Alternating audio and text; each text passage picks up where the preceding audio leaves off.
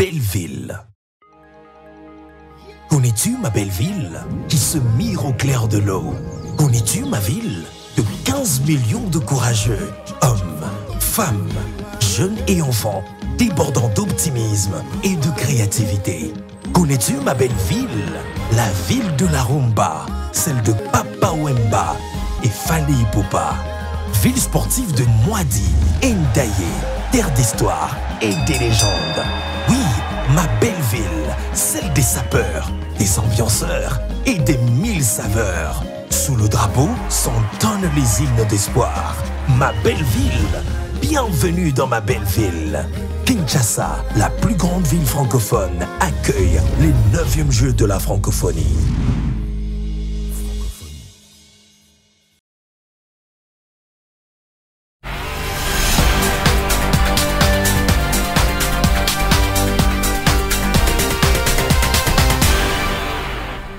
Nouvelle session d'information sur Actu 30 Télévision. Grande est notre joie de vous savoir nombreux. Madame, Monsieur, bienvenue à vous. Tout de suite, les titres. Pas de répit au Parlement après l'Assemblée nationale. Les Sénats programment l'examen du projet de loi sur la répartition des sièges. Une démarche qui boycotte les élus de l'opposition. Des réactions pleuvent après la série des perquisitions dans les domiciles de Moïse Katumbi et son proche Salomon Idi Kalonda. La démarche est-elle légale? Plusieurs juristes répondent par affirmatif. C'est à suivre tout à l'heure. La RDC sur une mauvaise pente, c'est l'essence du rapport d'enquête mené par les centres d'études pour l'action sociale en collaboration avec plusieurs organisations de la société civile. Voilà, c'est tout pour les titres. Les détails, c'est tout de suite. Bienvenue à vous si vous nous rejoignez. Inauguration ce samedi à Kinshasa par le président de la République, Félix Tshisekedi, de l'usine de montage de bus de la marque automobile Mercedes-Benz. Installée dans la commune de Limité, l'usine est dotée de toute la chaîne de montage certifiée par la marque allemande pour produire 2 gammes de bus Mercedes pour les transports en commun. Elle va assurer le service après-vente ainsi que la commercialisation des pièces de rechange.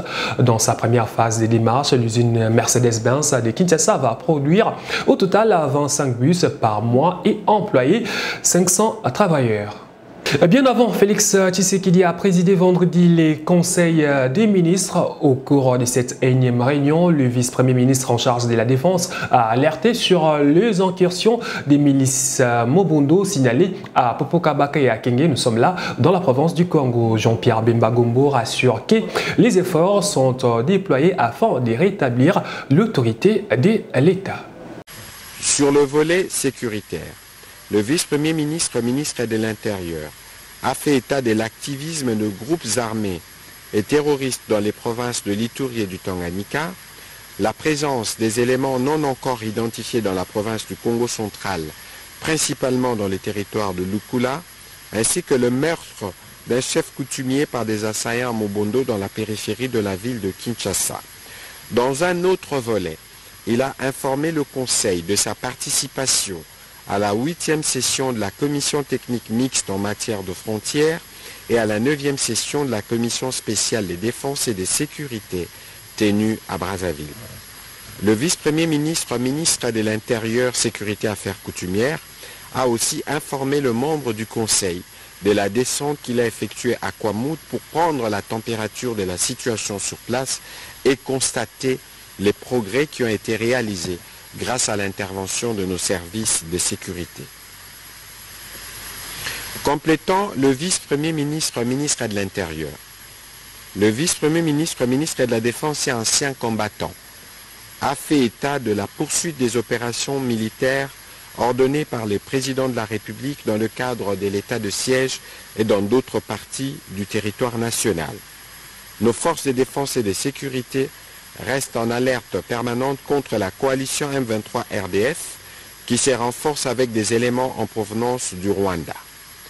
À l'ouest, la situation reste marquée par les incursions répétitives des assaillants Mobondo dans les territoires de Kenge et de Popokabaka, principalement à Inyangi et à Imbondi, où ils ont torturé et terrorisé les paisibles citoyens ainsi qu'arraché plusieurs biens.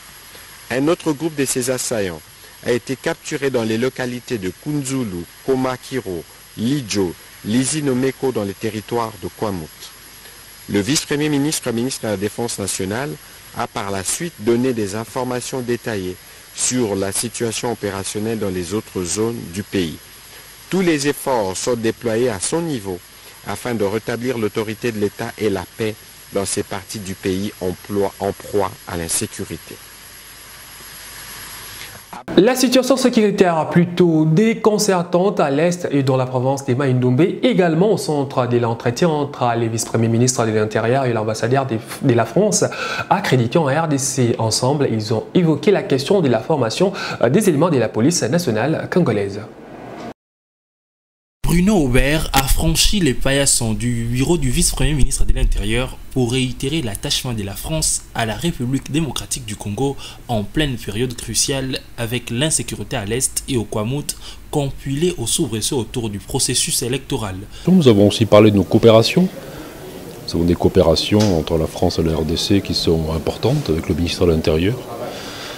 Un beau programme de coopération qui a été mis en œuvre sur le fichier des infractions criminelles avec une administration dédiée ici à Kinshasa. Un programme de coopération également sur la gestion des grands événements et nous avons aussi d'autres coopérations de formation, de renforcement des capacités avec la police nationale congolaise. La réaction a été très positive et très constructive et je lui ai fait passer un message de confiance et également nous avons échangé nos inquiétudes réciproques parce qu'il y a des difficultés dans la région actuellement, dans le pays. La France reste un bon partenaire des soutiens pour Kinshasa, a fait savoir l'ambassadeur de l'Hexagone à Peter Kazadi. La Commission électorale nationale indépendante CENI s'engage officiellement à transférer des données et d'autres matériels importants à l'Office national d'identification de la population ONIP. C'est le Premier ministre Jean-Michel Samalukonde qui a officiellement présidé la signature de l'accord entre les deux parties pour la matérialisation de l'opération d'identification des Congolais. C'est sous l'œil admiratif du Premier ministre Jean-Michel Samalukonde que Denis Kadima Kazadi et Stanislas Kenza, respectivement président de la CENI et celui de l'Office national d'identification de la population, ont paraphé cet accord. La signature symbolise les transferts des dispositifs d'enrôlement des données cartographiques et du matériel des collectes par la centrale électorale aux deux autres institutions appelées à poursuivre dans le cadre de la mutualisation les opérations d'identification et de recensement général de la population. Mais aujourd'hui, je peux témoigner que ici, c'est vraiment une question d'hommes qui doivent faire la différence et qui ont voulu la faire et qui permettent que nous puissions être à cette étape. D'autres étapes difficiles restent à franchir. Il sera question qu'il y ait encore la même volonté et surtout la même détermination pour rencontrer cet objectif et enfin mettre la République démocratique du Congo aux normes de tous les pays dans le concert des nations. Pour sa part, le président de la CENI, Denis Kadima, a salué la détermination du gouvernement qui s'est impliqué pour l'aboutissement de cette mutualisation. Aujourd'hui, nous allons justement symboliquement transférer ce matériel et plus tard le personnel. Et ça va marquer un nouveau moment avec les entrepôts de la CENI disponibles et nous-mêmes, le personnel, les cadres de la CENI, nous allons être à la disposition de nos amis de l'ONIP, de l'INR et INS. Les parties prenantes sont appelées à doubler d'efforts pour parachever les objectifs assignés. Sachez que le projet de loi sur la répartition des sièges est déjà inscrit au calendrier de la session au Sénat pour un examen en seconde lecture après l'adoption de ces textes à l'Assemblée nationale. Une décision prise jeudi à la Chambre des sages. Les sénateurs ont également auditionné 3 ministres interpellés par leurs collègues Denis Akambaï. C'est un chemin non-retour pris au Parlement malgré les contestations des élus de l'opposition. C'est certain, le Sénat va examiner en seconde lecture le projet de loi sur la répartition des sièges après l'adoption à l'Assemblée nationale. Le texte sera traité par les sénateurs dès la prochaine plénière ainsi décidé au cours de cette séance qu'a présidé Modeste Bahati Lukwebo. La plénière a été également marquée par le passage des 3 ministres du gouvernement Sama Lukonde. Le ministre des Infrastructures, Alexis Guissaro, a apporté ses éclairages sur l'état des routes au pays, principalement dans le Grand Kasaï. Son collègue de l'agriculture, José Mpanda, a planché sur les projets volontaristes agricoles des Lubondaï et le ministre des Sports a dit s'arrêter sur la prise en charge d'anciens léopards football. Les 3 membres du gouvernement ont été interpellés par les sénateurs Denis Kambaï. Le ministre d'État en charge des infrastructures a répondu à toutes nos préoccupations en ce qui concerne la route de Kalambambouji, la route numéro 1 dans ce tronçon compris entre Kamoisha, Kananga et Mbujimaï. Des réponses ont été claires et le ministre en charge de l'agriculture nous a convaincus sur la problématique de projets volontaristes des Lubondaï. Dans le jour qui viennent, il mettra en place une commission d'audit. Le grand plaisir, c'était par rapport au ministre des Sports qui a rassuré la population de l'espace du Grand Kasaï et de Kasaï central en particulier en ce qui concerne la construction de stade Nda et Moulamba en face de l'Epro dans la commune de Katoka, mais aussi sur les dossiers de ceux qui m'entourent, que vous voyez ici, tous ces anciens léopards champions Cannes 68-74. Le sénateur Kambaï Chimbumbu n'a pas manqué de remercier le bureau du Sénat pour la concrétisation de ce contrôle parlementaire. En séjour à Mbujimaï, le vice-premier ministre de la fonction publique a lancé jeudi la 2e vague du processus de rattrapage d'identification biométrique des agents de l'État. Activité lancée en présence de plusieurs autorités de la province du Kasaï oriental, dont le gouverneur Patrick Mathias Kabeya. Les bénéficiaires ont remercié les ministres pour l'initiative. Le gouverneur de province et le vice-premier ministre en charge de la fonction publique ont présidé la cérémonie du lancement du processus de rattrapage d'identification biométrique des agents des services de l'État au Kasaï oriental. Cette cérémonie a eu lieu ce jeudi 8 juin 2023 à l'hôtel Gloria. Dans son allocution, le gouverneur de province a rappelé que cette reprise de l'opération d'identification des agents des services de l'État a pour but de revoir les cas des agents qui n'avaient pas pu être recensés pour une raison ou une autre à la première phase.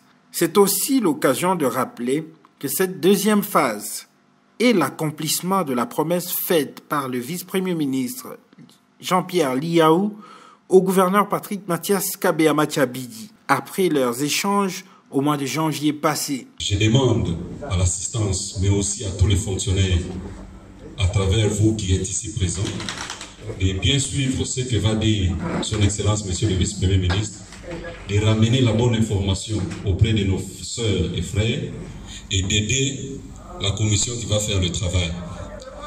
Son Excellence, Monsieur le Vice-Premier ministre, en tout cas, je vous félicite, surtout pour votre détermination pour la réforme, la modernisation et l'innovation des services publics. Prenant la parole, le Vice-Premier ministre a d'abord remercié la population du Kasaï oriental pour lui avoir réservé un accueil chaleureux avant de présenter l'objet de sa mission. Il était question de procéder au lancement du processus de rattrapage de l'identification biométrique des agents publics, de fonctionnaires qui n'avaient pas été pris en compte lors du premier processus, il y a 6 mois. J'avais donc promis au gouverneur que j'allais conduire moi-même une mission ici en Mbujimaï pour rattraper ces fonctionnaires. Il y a beaucoup de raisons qui ont concouru à ce que ces agents ne soient pas captés, identifiés, et nous avons mis en place un mécanisme pour que ces raisons, la plupart de ces raisons soient vidées, notamment ceux qui n'avaient pas de commission d'affectation. Il faut noter que cette reprise d'identification biométrique des agents des services de l'État vient donner un ouf de soulagement à ce problème, comme l'avait promis l'autorité provinciale, le gouverneur Patrick Mathias Kabeya Machabidi. Une nouvelle perquisition signalée vendredi au domicile de Moïse Katumbi à Kananga, mais également des Salomon Ilikalonda à Lubumbashi dans la province du Haut-Katanga. Vous le savez, les mêmes opérations ont été menées aux résidences de ces 2 acteurs politiques dans la ville de Kinshasa. Est-ce une démarche légale? Maître Richard Bondo estime que oui. On l'écoute. Le Congolais reconnaît la perquisition depuis l'ordonnance de 1978 qui réglemente le corps des officiers de police judiciaire et agents de police judiciaire. L'article 51 de la loi qui organise la police judiciaire en RDC, cette loi de 1978, impose aux perquisitionnés, c'est-à-dire la personne dont la résidence est perquisitionnée ou le détenteur des lieux, c'est-à-dire l'occupant des lieux désigné par le propriétaire, de lui impose un serment. Alors, ce serment, c'est pour certifier qu'il était d'accord ou pas d'être perquisitionné, c'est-à-dire sa résidence fouillée. Mais dans notre droit positif, il y a toujours des circonstances, notamment la sûreté de l'État. L'absence du propriétaire risque de poser entrave aux enquêtes. L'officier de police judiciaire doit au préalable en référer au ministère public, à l'officier du ministère public, notamment le procureur général ou le procureur de la République près un tribunal de grande instance. Publication vendredi du rapport des recherches sur les préoccupations et priorités des citoyens en RDC. Recherche menée dans la capitale congolaise par les centres d'études pour l'action sociale aux côtés des 102 organisations de la société civile et des partis politiques dans son projet 2021-2024 intitulé Repère 2024. Plusieurs recommandations ont été à cet effet formulées aux dirigeants pour répondre aux besoins de la population. La recherche consistait à consulter la population dans les 6 sites retenus pour la ville de Kinshasa, dont Bandalungwa, Limete et Ngaliema. Ceci afin d'identifier le vrai problème de la population dans tous les secteurs de la vie pour faire un plaidoyer aux gouvernants. Il s'agissait d'identifier et préparer les enjeux que nous avons considérés comme les préoccupations sociopolitiques, par exemple les réformes institutionnelles, la stabilité économique, la construction et la modernisation des infrastructures et des bases, les conditions sociales, les problèmes de santé et de bien-être, l'emploi, l'éducation, la sécurité publique, la défense nationale, la protection de l'environnement, à côté des enjeux économiques et démocratiques de la population, en sondant la foi de la population. Selon les résultats de l'enquête, 93% des répondants estiment que la RDC se dirige sur une mauvaise direction suite à l'insécurité, les problèmes socio-économiques et judiciaires. D'où plusieurs recommandations, notamment pour la poursuite de la réforme de l'armée, de la police et de toutes les forces de sécurité en privilégiant les patriotismes. L'offre politique n'est pas adaptée aux demandes. Ça veut dire que les gens construisent des discours qui ne répondent pas aux préoccupations des citoyens. Conséquence, le jeu démocratique est faussé. Vous avez donc des élections qui ne tournent pas autour de priorités. Et je crois que le rapport tombe à point nommé parce que nous sommes en veille des élections. Et vous, en tant que presse, en tant que partenaire de la démocratie, c'est également votre responsabilité d'aider les acteurs à construire un discours politique qui réponde aux préoccupations des citoyens. Les CEPAS comptent mener un plaidoyer au niveau des gouverneurs afin de prendre en compte les réels problèmes de la société. Ils appellent également à identifier cette recherche à travers toute l'étendue du territoire national.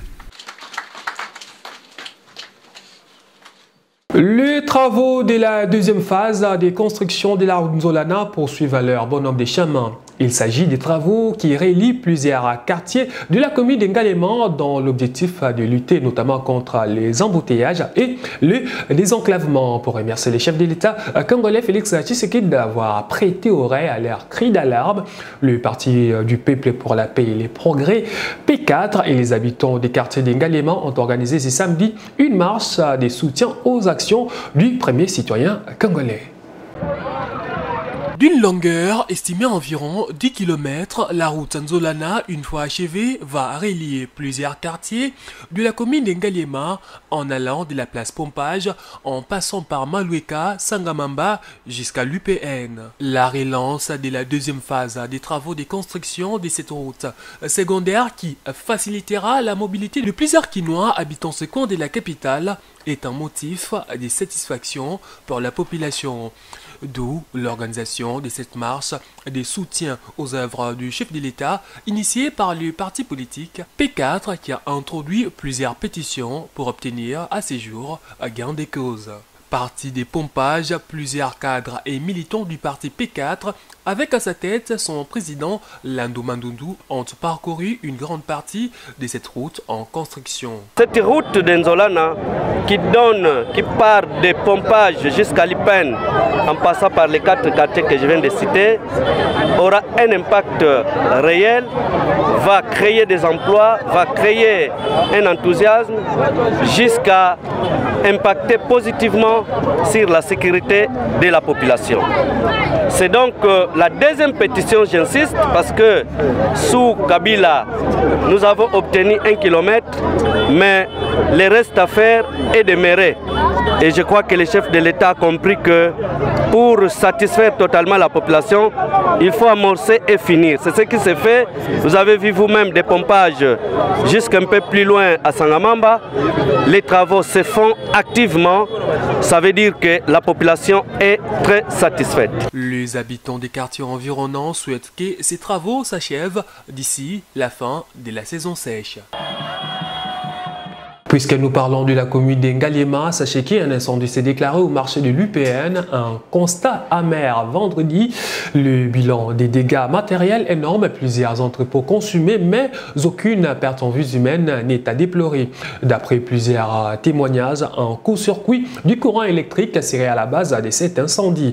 Le vendeur dénonce également l'absence des camions anti-incendie au marché.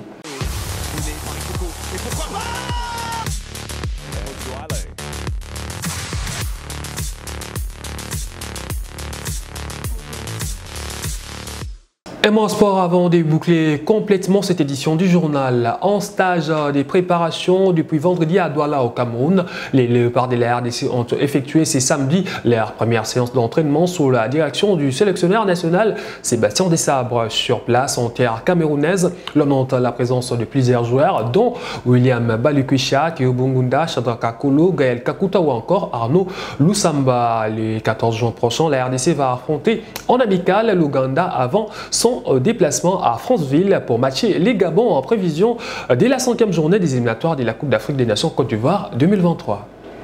Nous, on est focus sur l'avancée de notre projet, comme je le dis depuis quelques temps. Ce match-là, il va autant servir pour préparer le match du Gabon que surtout pour découvrir et voir certains joueurs en situation, en prévision des futures échéances également. Parce que, comme je l'ai dit, on mène 2 projets de front. Le premier qui est de réaliser un exploit, parce qu'on était parti avec bien sûr 0 point dans cette qualification. Donc on va essayer de faire un exploit, de se qualifier à la CAN en Côte d'Ivoire. Et puis bien sûr de continuer à s'améliorer, à structurer pour être voilà, un challenger très ambitieux sur les prochaines échéances de la Coupe du Monde.